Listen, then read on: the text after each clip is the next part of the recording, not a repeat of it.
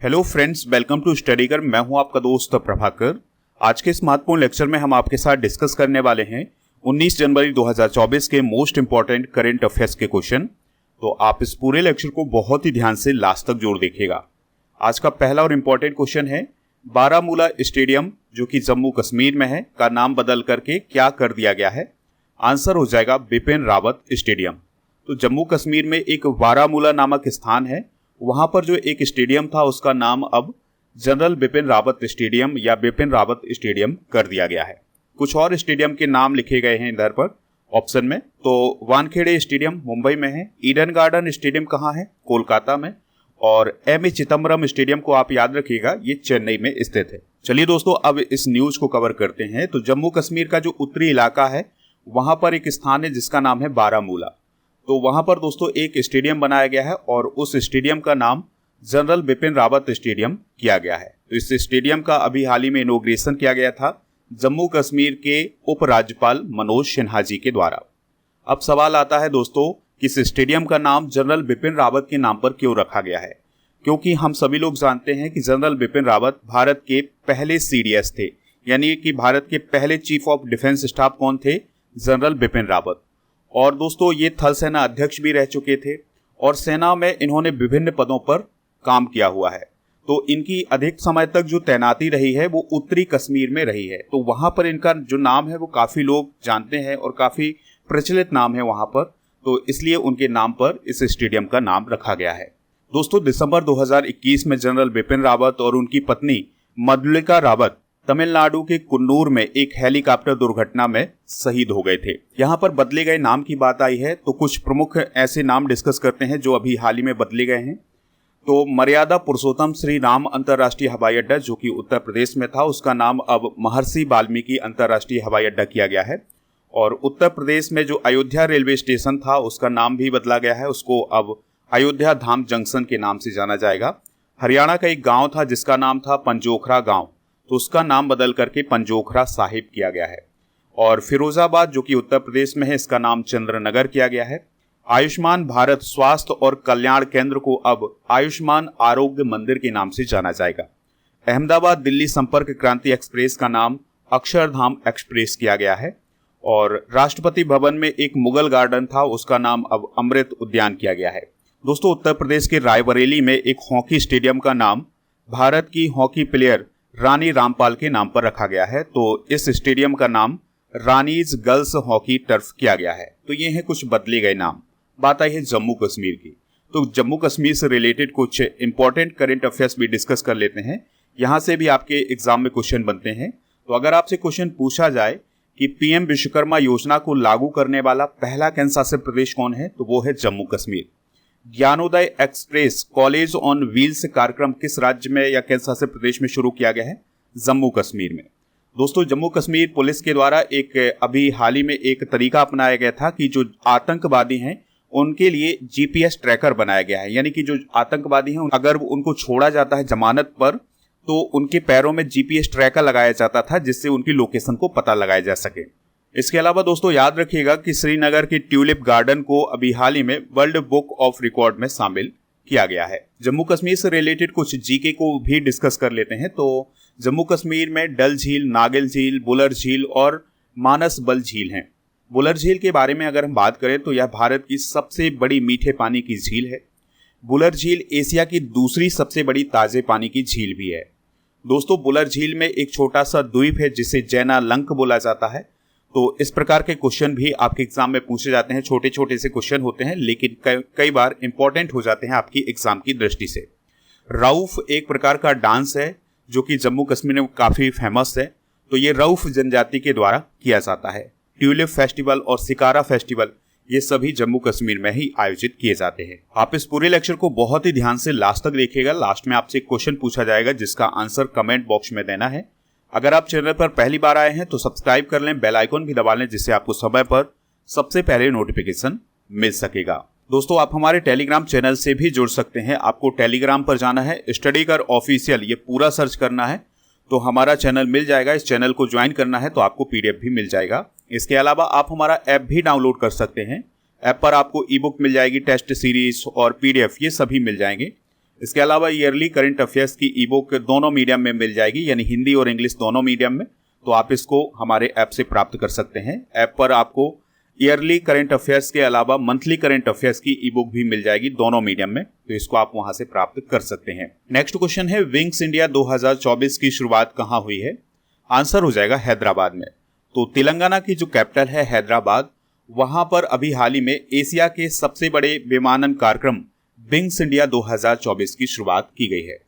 और यह जो कार्यक्रम है ये हैदराबाद के बेगमपेट हवाई अड्डे पर किया जा रहा है। इसका उद्घाटन किसने किया है? तो हमारे देश के केंद्रीय नागरिक उड्डयन मंत्री हैं ज्योतिरादित्य सिंधिया जी, तो उनके द्वारा इस कार्यक्रम का उद्घाटन किया गया है।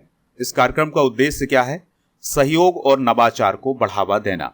थीम क्या है? अमृत काल में भारत को विश्व के साथ जोड़ना। दोस्तों, ये जो विंग्स इंडिया कार्यक्रम आयोजित किया जा रहा है, इसमें हमारे देश के जो विमान हैं और जो हेलीकॉप्टर्स हैं उनका प्रदर्शन किया जाएगा। और इसके अलावा जो इस कार्यक्रम में 100 से अधिक देश शामिल किए जा रहे हैं, उनके द्वारा भी अपने विमानों का प्रदर्शन किया जाएगा। तो जो हिंदुस्तान एरोनॉटिक्स लिमिटेड है, उसके द्वारा हिंदुस्तान 228 विमान और ध्रुव हेलीकॉप्टर का प्रदर्शन किया जाएगा। दोस्तों, इस कार्यक्रम का जो आयोजन है वो 21 जनवरी 2024 तक किया जाएगा। और इस कार्यक्रम में 100 से अधिक देश शामिल हो रहे हैं और 1500 से अधिक प्रतिनिधि इसमें शामिल हो रहे हैं और 5000 व्यापारिक प्रतिनिधि भी इसमें शामिल किए जा रहे हैं। तो बहुत सारे एग्रीमेंट होने वाले हैं और इसके अलावा यहाँ पर विमानों का प्रदर्शन भी किया जाएगा। तो कुछ प्रमुख राष्ट्रीय सम्मेलन डिस्कस कर लेते हैं। तो अगर आपसे क्वेश्चन पूछा जाए, राष्ट्रीय युवा सम्मेलन 2024 का आयोजन कहां पर किया गया है? तो महाराष्ट्र के नासिक में किया गया है। विश्व कॉफी सम्मेलन 2023 कहां आयोजित किया गया था? बेंगलुरु में। अंतर्राष्ट्रीय एरोस्पेस सम्मेलन 2023 का आयोजन कहां किया गया था? ग्वालियर में। पारंपरिक औषधि वैश्विक शिखर सम्मेलन 2023 कहां आयोजित किया गया था? गांधीनगर में। सेमिकॉन इंडिया 2023 का आयोजन कहां हुआ था? गुजरात के गांधीनगर में। राष्ट्रीय मत्स्य किसान दिवस सम्मेलन 2023 का आयोजन कहां किया गया था? महाबलीपुरम में। अब आपको कमेंट बॉक्स में बताना है कि महाबलीपुरम क्यों फेमस है और ये किस राज्य में स्थित है। एशिया पेट्रोकेमिकल उद्योग सम्मेलन 2023 का आयोजन कहां हुआ था? नई दिल्ली में। वैश्विक बौद्ध शिखर सम्मेलन 2023 कहां हुआ था? नई दिल्ली में। और 7वां अंतर्राष्ट्रीय धर्म धम्म सम्मेलन का आयोजन कहां हुआ था? भोपाल में। और जैव ऊर्जा शिखर सम्मेलन 2023 का आयोजन कहां हुआ है? नई दिल्ली में। नेक्स्ट क्वेश्चन है, राज्य की स्टार्टअप रैंकिंग 2022 में सर्वश्रेष्ठ प्रदर्शन करने वाले राज्य कौन है? आंसर हो जाएगा इसका गुजरात, कर्नाटक और केरल। तो इस क्वेश्चन का जो राइट आंसर हो जाएगा वो हो जाएगा ऑप्शन नंबर डी। तो अभी हाल ही में राज्यों की स्टार्टअप रैंकिंग 2022 को जारी किया गया है। तो इसमें सर्वश्रेष्ठ प्रदर्शन करने वाले 3 राज्य हैं, जिसमें गुजरात, कर्नाटक और केरल आते हैं। तो दोस्तों, अभी हाल ही में उद्योग संवर्धन और आंतरिक व्यापार विभाग के द्वारा राज्यों की स्टार्टअप रैंकिंग को जारी किया गया है और इसमें गुजरात, कर्नाटक और केरल ने सर्वश्रेष्ठ प्रदर्शन किया है। और ये जो रैंकिंग जारी की गई है, इसका उद्देश्य क्या है? तो जो भारत के स्टेट हैं और यूनियन टेरिटरी हैं, उनके बीच में स्टार्टअप इकोसिस्टम को डेवलप करना इस रैंकिंग का उद्देश्य है। और इस रैंकिंग में ये पता किया जाता है कि कौन सा राज्य स्टार्टअप के क्षेत्र में बेहतरीन काम कर रहा है। तो अगर हम टॉप परफॉर्मिंग स्टेट की बात करें तो इसमें पंजाब, राजस्थान, तेलंगाना, उड़ीसा और महाराष्ट्र आते हैं। ठीक है। और सर्वश्रेष्ठ प्रदर्शन करने वाले वो 3 राज्य हैं, केरल, कर्नाटक और गुजरात। लीडिंग स्टेट में कौन कौन से स्टेट आते हैं? तो उत्तर प्रदेश, उत्तराखंड, मध्य प्रदेश, असम और आंध्र प्रदेश। महत्वाकांक्षी नेतृत्व वाले राज्य कौन है? बिहार और हरियाणा। और उभरते स्टार्टअप इकोसिस्टम डेवलप करने वाले राज्यों में छत्तीसगढ़, दिल्ली और जम्मू कश्मीर हैं। चलिए दोस्तों, कुछ रिपोर्ट और रैंकिंग को डिस्कस कर लेते हैं जो कि हाल ही में चर्चा में रही हैं। तो global fire power military strength ranking 2024 को अभी हाल ही में जारी किया गया है। तो इसमें सबसे शक्तिशाली देश बना है अमेरिका, यानी यहाँ की सेना सबसे शक्तिशाली है। भारत चौथे स्थान पर है। नीति आयोग की रिपोर्ट के अनुसार 9 वर्षों में 24.8 करोड़ से अधिक भारतीय गरीबी से बाहर आए हैं। महिलाओं के लिए सर्वोत्तम शहर के रूप में चेन्नई टॉप पर रहा है। हैनेले पासपोर्ट इंडेक्स 2024 को अभी हाल ही में जारी किया गया है। तो इसमें France, Germany, Italy, Japan, Singapore और स्पेन ये संयुक्त रूप से पहले स्थान पर रहे हैं, जबकि भारत की रैंक रही है 80। स्वच्छ सर्वेक्षण 2023 में इंदौर और सूरत सबसे स्वच्छ शहर बने हैं। तो इस बार इंदौर 7वीं बार सबसे स्वच्छ शहर बना है। नेक्स्ट क्वेश्चन है MP let's E Sakshi mobile application किसने लॉन्च किया है? आंसर हो जाएगा राव इंद्रजीत सिंह ने। तो राव इंद्रजीत सिंह के द्वारा अभी हाल ही में MP let's E Sakshi mobile application को लॉन्च किया गया है। एमपी लेट्स की बात आई है तो इसका फुल फॉर्म जरूर आप याद रखिएगा क्योंकि क्वेश्चन पूछा जा सकता है। तो member of parliament local area development scheme, तो यह इसका फुल फॉर्म है। दोस्तों अब सवाल आता है कि ये जो MP let's E Sakshi mobile application launch किया गया है यह किसके लिए लॉन्च किया गया है? तो हमारे जो मेंबर ऑफ पार्लियामेंट हैं इनके लिए लॉन्च किया गया है। इस ऐप के माध्यम से हमारे मेंबर ऑफ पार्लियामेंट किसी भी प्रोजेक्ट को ट्रैक कर सकते हैं, उस पर निगरानी कर सकते हैं। देखिए हमारे सांसदों को सांसद निधि दी जाती है, तो सांसद निधि का उपयोग वो कहां पर करेंगे, किस प्रकार से करेंगे, इन सभी की जानकारी इस मोबाइल एप्लीकेशन में होगी। दोस्तों यहां पर बात आई थी राव इंद्रजीत सिंह की, तो वह सांख्यिकी और कार्यक्रम कार्यान्वयन मंत्रालय के राज्य मंत्री हैं स्वतंत्र प्रभार के। दोस्तों कुछ मोबाइल ऐप और पोर्टल डिस्कस कर लेते हैं। तो अभी हाल ही में अमित शाह जी के द्वारा तुअर दाल खरीद पोर्टल को लॉन्च किया गया है। केंद्रीय उपभोक्ता मामलों के मंत्रालय के द्वारा ई जागृति पोर्टल लॉन्च किया गया है। पंचायती राज मंत्रालय के द्वारा ग्राम मंच एप्लीकेशन लॉन्च किया गया है। कपड़ा मंत्रालय के द्वारा पाट मित्रों एप्लीकेशन, पीएम नरेंद्र मोदी जी के द्वारा मेरा युवा भारत पोर्टल को लॉन्च किया गया था। राजस्थान सरकार के द्वारा आई स्टार टैलेंट कनेक्ट पोर्टल को लॉन्च किया गया था। उत्तराखंड की सरकार के द्वारा रोजगार प्रयाग पोर्टल को लॉन्च किया गया था और असम के गवर्नर के द्वारा सरपंच संवाद ऐप को लॉन्च किया गया था। तो ये कुछ प्रमुख ऐप और पोर्टल हैं। नेक्स्ट क्वेश्चन है असम वैभव पुरस्कार 2023 किसे प्रदान किया गया है? आंसर हो जाएगा रंजन गोगोई को। तो दोस्तों असम की गवर्नमेंट के द्वारा अभी हाल ही में असम वैभव पुरस्कार देने की घोषणा की गई है। तो इस साल असम वैभव पुरस्कार रंजन गोगोई जी को दिया गया है। रंजन गोगोई जी कौन है? तो वह भारत के 46वें चीफ जस्टिस ऑफ इंडिया थे। तो उन्हें अभी हाल ही में असम का सर्वोच्च नागरिक पुरस्कार असम वैभव दिया गया है। दोस्तों असम वैभव पुरस्कार के अंतर्गत 5 लाख रुपए की नगद राशि दी जाएगी। दोस्तों रंजन गोगोई अपने फैसलों के लिए काफी चर्चा में रहे हैं। तो उन्होंने राम मंदिर वाला जो मुद्दा था उसमें फैसला सुनाया था। चलिए दोस्तों कुछ इंपॉर्टेंट अवार्ड डिस्कस कर लेते हैं जो कि अभी हाल ही में चर्चा में रहे हैं। तो सर्वश्रेष्ठ पर्यावरण अधिकारी का पुरस्कार दिया गया है दीपा भंडारी जी को और तेंजिंग नोर्गे सम्मान दिया गया है मरणोपरांत सविता कंसवाल को और विश्व के सर्वश्रेष्ठ हवाई अड्डे का अवार्ड दिया गया है चांगी हवाई अड्डे को जो कि सिंगापुर का हवाई अड्डा है और कुंभ बैम्पू पुरस्कार 2023 दिया गया है शीर्षेंदु मुखोपाध्याय को। Order of the British empire पुरस्कार दिया गया है प्रोफेसर एड्रियन क्रूज को। मैन ऑफ द ईयर 2023 का पुरस्कार दिया गया है एल.पी. हेमंत को। रविन्द्रनाथ टैगोर साहित्य पुरस्कार दिया गया है सुकृता पॉल कुमार को और अर्जुन पुरस्कार से अभी हाल ही में क्रिकेटर मोहम्मद शमी को सम्मानित किया गया है। और दोस्तों इस साल पुरुष FIH player of the year का पुरस्कार दिया गया है भारत के हार्दिक सिंह को और CMD ऑफ द ईयर 2023 किसे चुना गया है? प्रदीप कुमार दास को। तो ये कुछ प्रमुख अवार्ड हैं जो कि आपके एग्जाम की दृष्टि से इंपॉर्टेंट हैं। नेक्स्ट क्वेश्चन है भारत में सार्वजनिक क्षेत्र के उपक्रम यानी PSU में सबसे मूल्यवान कंपनी कौन बनी है? आंसर हो जाएगा LIC। तो दोस्तों हमारे देश के जितने भी PSU हैं उनमें सबसे अधिक वैल्यूएबल कंपनी बनी है LIC। तो उसने SBI को भी पीछे छोड़ दिया है। अगर हम LIC की मार्केट कैप को देखें तो इसकी मार्केट कैप है 5.8 लाख करोड़ रुपए और SBI की मार्केट कैप है 5.62 लाख करोड़ रुपए, यानी कि LIC ने SBI को भी पीछे छोड़ दिया है मार्केट वैल्यू के हिसाब से। दोस्तों बात करते हैं LIC की। तो LIC का कई बार एग्जाम में फुल फॉर्म पूछा जाता है। तो इसका फुल फॉर्म होता है लाइफ इंश्योरेंस कॉर्पोरेशन। हेडक्वार्टर कहाँ है? मुंबई महाराष्ट्र में। अध्यक्ष कौन है? सिद्धार्थ मोहंती। इसकी स्थापना कब हुई थी? 1 सितंबर 1956 को। दोस्तों यह भारत की सबसे बड़ी जीवन बीमा कंपनी है तथा देश की सबसे बड़ी निवेशक कंपनी भी है। तो ये दोनों पॉइंट आप याद रखिएगा। चलिए दोस्तों अगला क्वेश्चन डिस्कस करते हैं। तो अगला क्वेश्चन है वीरा राणा किस राज्य की मुख्य सचिव बनी है? तो आंसर हो जाएगा मध्य प्रदेश। तो मध्य प्रदेश की नई चीफ सेक्रेटरी बनी है वीरा राणा। अभी तक वो अतिरिक्त प्रभार संभाल रही थी मुख्य सचिव का, लेकिन अब वो मध्य प्रदेश की मुख्य सचिव बन गई हैं। इनके बारे में आपको 1-2 पॉइंट याद रखना है कि यह मध्य प्रदेश की दूसरी महिला मुख्य सचिव बनी है। ठीक है, और यह 1988 बैच की IAS ऑफिसर है। और आप सभी को पता है कि जो मुख्य सचिव होता है वो किसी भी राज्य का सबसे सीनियर IAS ऑफिसर होता है। और मुख्यमंत्री के सलाहकार के रूप में भी कौन काम करता है? मुख्य सचिव। दोस्तों, मध्य प्रदेश की पहली महिला मुख्य सचिव कौन थी? तो वो थी निर्मला बुच। तो ये पॉइंट भी आप नोट कर लीजिएगा। महत्वपूर्ण नियुक्तियां डिस्कस कर लेते हैं। तो सेंथिल पांड्यनसी WTO में भारत के अगले एम्बेसडर बने हैं। समीर कुमार सिन्हा रक्षा मंत्रालय के महानिदेशक बने हैं। और बिम्स्टेक में महासचिव कौन बने हैं? इंद्रमणि पांडे।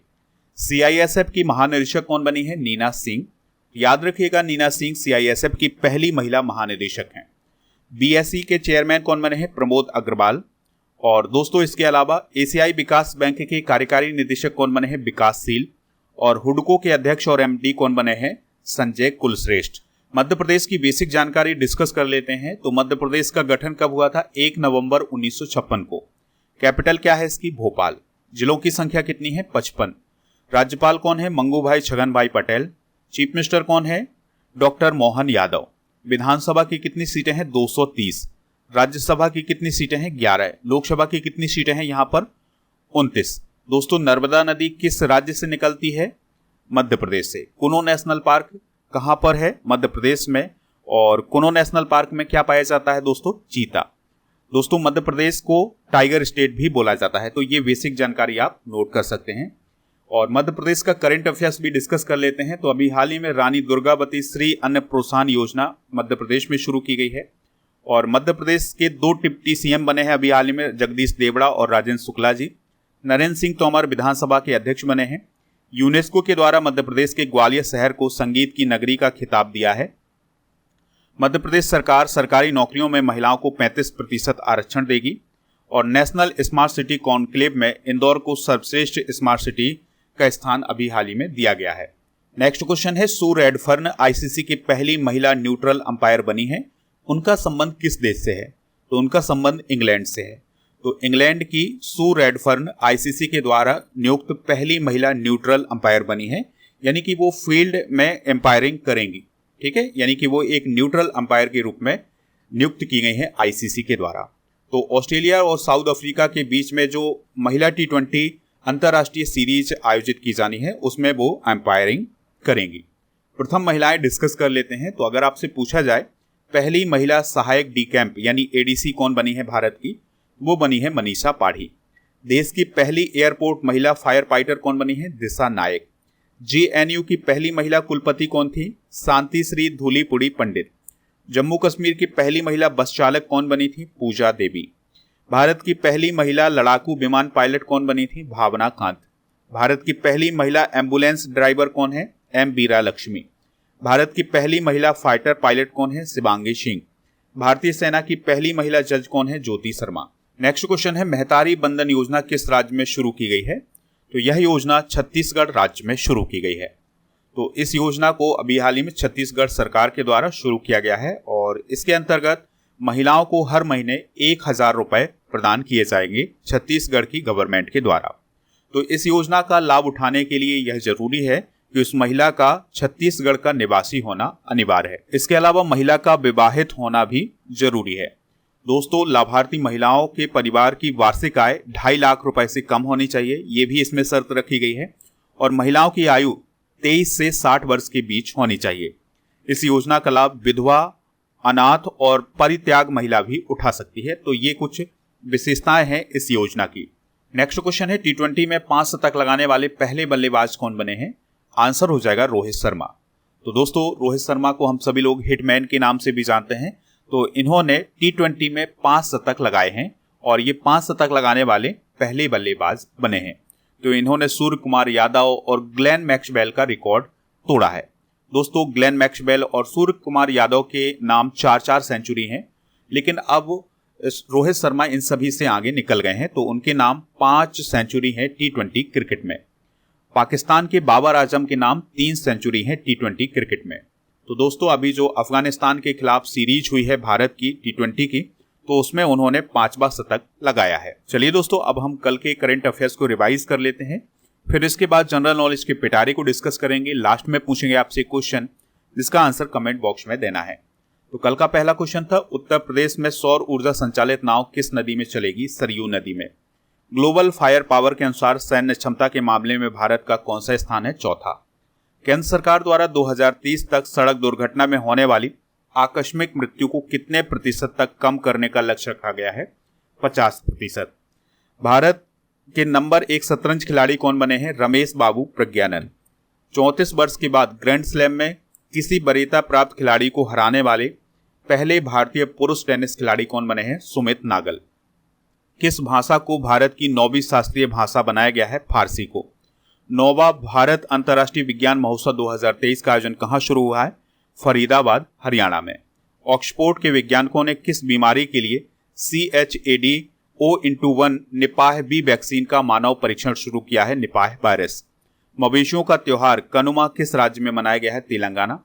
मदुरै जलीकट्टू स्टेडियम का उद्घाटन किस राज्य में किया गया? तमिलनाडु में। आज के जनरल नॉलेज के पिटारे में हम डिस्कस करेंगे भारत के शास्त्रीय नृत्य। तो दोस्तों, भारत के जो 9 शास्त्रीय नृत्य हैं उनको डिस्कस करने वाले हैं, लेकिन आपको कहीं कहीं 8 मिलेंगे। तो जो ऑफिशियल वेबसाइट है उसमें 9 शास्त्रीय नृत्य बताए गए हैं, तो इस बात को आप जरूर नोट करिएगा। भारतनाट्यम किस राज्य से रिलेटेड है? तमिलनाडु। कथक उत्तर भारत और पश्चिम और मध्य भारत से रिलेटेड है। कथकली केरल से, कुचिपुड़ी आंध्र प्रदेश से, ओडिसी उड़ीसा से, मणिपुरी मणिपुर से, मोहिनीअट्टम केरल से और सत्रिया असम से, और छाऊ नृत्य जो है उड़ीसा, झारखंड और पश्चिम बंगाल से रिलेटेड है। तो ये हैं भारत के 9 शास्त्रीय नृत्य। दोस्तों, कल के करंट अफेयर्स में आपसे क्वेश्चन पूछा गया था कि जो G20 का समिट था 2023 में, ये किस देश में आयोजित किया गया था? आंसर है इसका इंडिया। तो लगभग सभी लोगों ने इसका आंसर इंडिया बताया हुआ है। इसी प्रकार से आपसे जो क्वेश्चन पूछा जाए उसका आंसर आप कमेंट बॉक्स में जरूर दीजिएगा। आज का क्वेश्चन है, डल झील किस राज्य या केंद्र शासित प्रदेश में है? जो भी इसका राइट आंसर हो कमेंट बॉक्स में जरूर बताएं, हमें इंतजार रहेगा आपके आंसर का।